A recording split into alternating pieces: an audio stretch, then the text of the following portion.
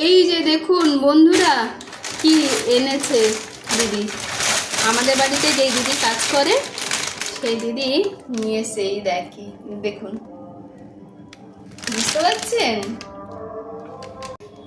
কাঁকড়াগুলো নিয়ে এসছে 5-6টা, মানে বেশ 500-র বেশি হবে বলো। বাবা বাবা, বেঁচে আছে নাকি? ফ্রিজে ঢুকিয়ে দিয়েছি, পুরো জ্যান্ত ধরে নিয়ে এসেছিল। এখন দিদি বলেছে ভেঙে ভুঙে কেটে কুটে দেবে। ঢালো, বালতিতে ঢালো, তো বালতিতে ঢালো, ঢেলে রাখো, তাহলে ঠান্ডাটা ছেড়ে যাবে। ব্যাস, ভয়ের চোটে কাঁকড়ার নাম শুনেই রেখে দিয়েছিলাম ফ্রিজের মধ্যে। দিদি এসে এটা ভেঙে ভেঙে রেডি করে দেবে, তারপর রান্না করবো। বাবা রে, বেঁচে থাকলে তো দেবে। না না, মরে গেছে মনে হয়, ঘুমাচ্ছে, ঠান্ডায় জমে গেছে মনে হয়।